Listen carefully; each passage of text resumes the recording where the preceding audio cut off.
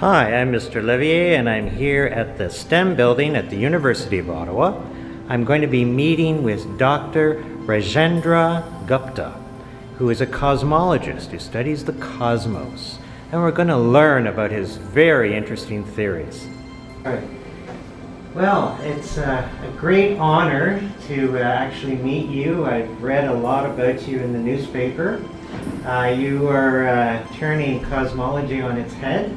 You have a lot of wonderful concepts that you're exploring.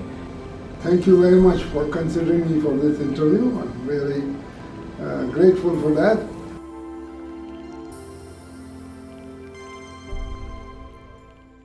With the James Webb Telescope, there is so much new technology and new information that's coming in. How is this affecting some of your research? When we see certain things which might be inconsistent with the theories which existed before, so then we become curious to say how to explain it. So this is what happened. The James Webb Telescope was launched in 2021, Christmas Day 2021, and then it started pouring out data in 2022 around the summer.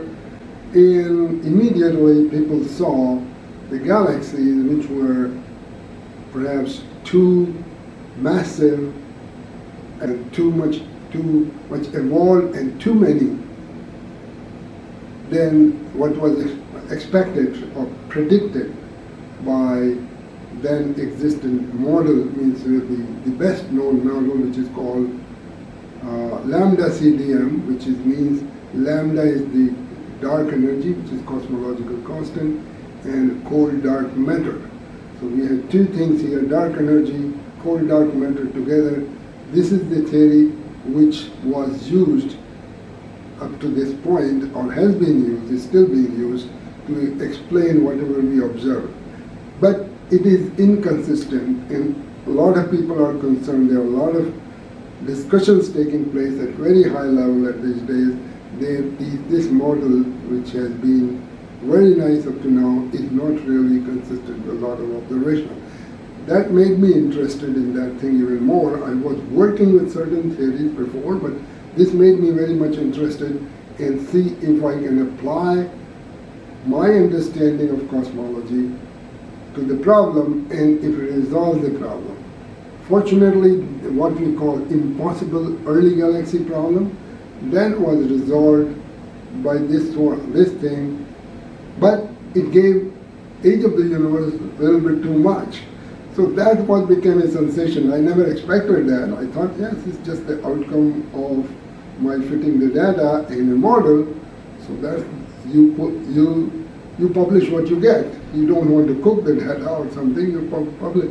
And it happened to attract the attention of the people. That's the way it is, That's what made me very interested. Now, one of the things that cosmology has been saying for quite some time is that the universe is a little over 13 billion years old, and you're suggesting twice that age with your findings. Can you explain a little more about how this works? Yes, I think the main reason for the increased age of the universe is that the rate of expansion of the universe, that's what determines essentially the age of the universe. When we go backward and see, to get the expansion we have today, at the rate of expansion we know, when do we think it started to expand? From which point it started to expand, and you determine the age that way. Now, if this expansion rate is not, which expansion rate is determined by measuring the redshift. If this redshift is not only due to the expansion of the universe, then what happens? Part of it is caused by other method, like you might say the twilight effect or something else.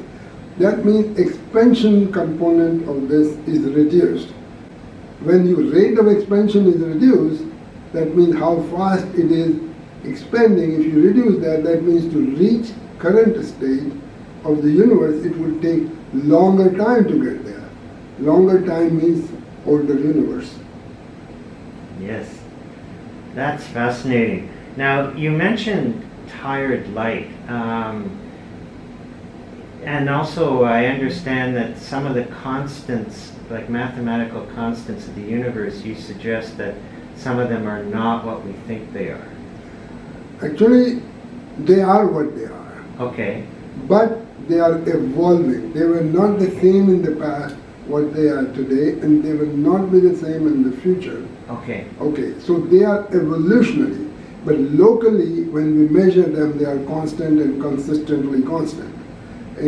But what we found that the evolution of constant is not only one constant which is changing, multiple constants are evolving, and their evolution is related, interrelated.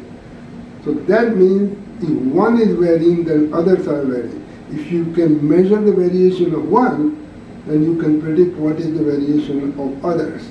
Unfortunately, in the process of that measurement, whatever quantities you define, they themselves are varying. Your measurement tools are also varying. So it is not easy to measure these things. And this is where the problem comes in. What people have tried to do is assume one constant is varying and everything else is not varying. And that leads to a problem, because as soon as you constrain one, you are automatically constraining all the others, because they are interrelated through a function. Now, you mention in your theories about dark matter and dark energy, and you are suspecting that it's not what people are thinking, that it may not exist in the form that has been traditionally described. Yes. What is the origin of dark matter and dark energy? Dark matter was predicted based on certain astrophysical observations. That means the rotation of the stars around the galactic centers. And they found the speed of the stars is constant as they go farther and farther, rather than being reduced, like planets. If you see around the sun, the planets which are closest to the sun rotate faster, and those which are farther away, they don't rotate as fast. So that means that should decrease in certain way. But this is what they find, it is this, the speed is more or less the same, and then people predicted that maybe there's something unknown matter which exists, and they call them dark matter. That is astrophysical origin. But that was not taken very seriously. There could be other reasons for this thing happening until Hubble telescope was launched, and they found the only way they can satisfy the observations of a Hubble constant were Hubble telescopes, where we have to invoke dark matter and dark energy in these equations. These equations yielded numbers of dark matter and dark energy which are not zero.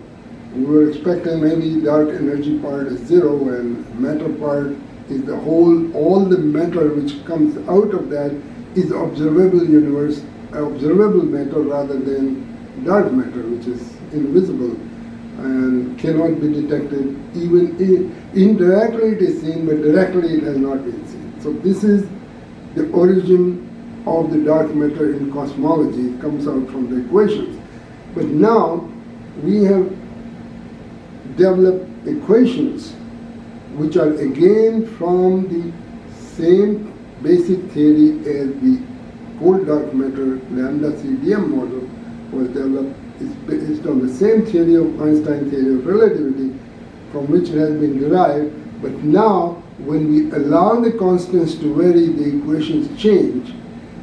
As a result, we find that we don't need the dark matter. It is the variation of the constant, rate of the variation of the constant, which is involved now, rather than dark matter and dark energy. So you might say, dark matter and dark energy are really the manifestation of the variation of the constants.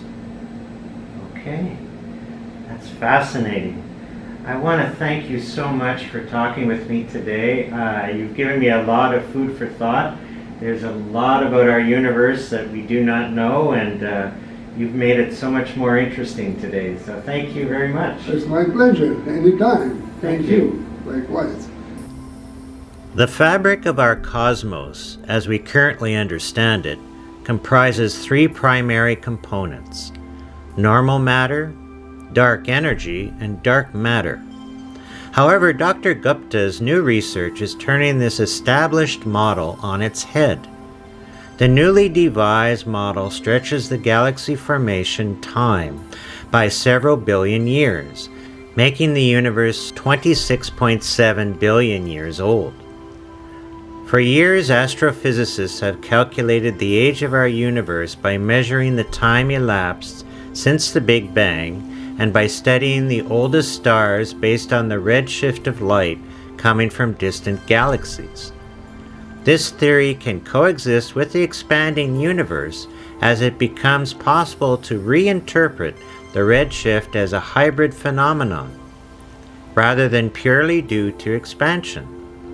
Included here is tired light theory and the idea of evolving coupling constants. Dr. Gupta believes that the traditional interpretation of the cosmological constant, which represents dark energy responsible for the accelerating expansion of our universe, needs revision. By examining redshift data on galaxy distribution, Dr. Gupta presents a compelling argument against the existence of dark matter, while remaining consistent with key cosmological observations.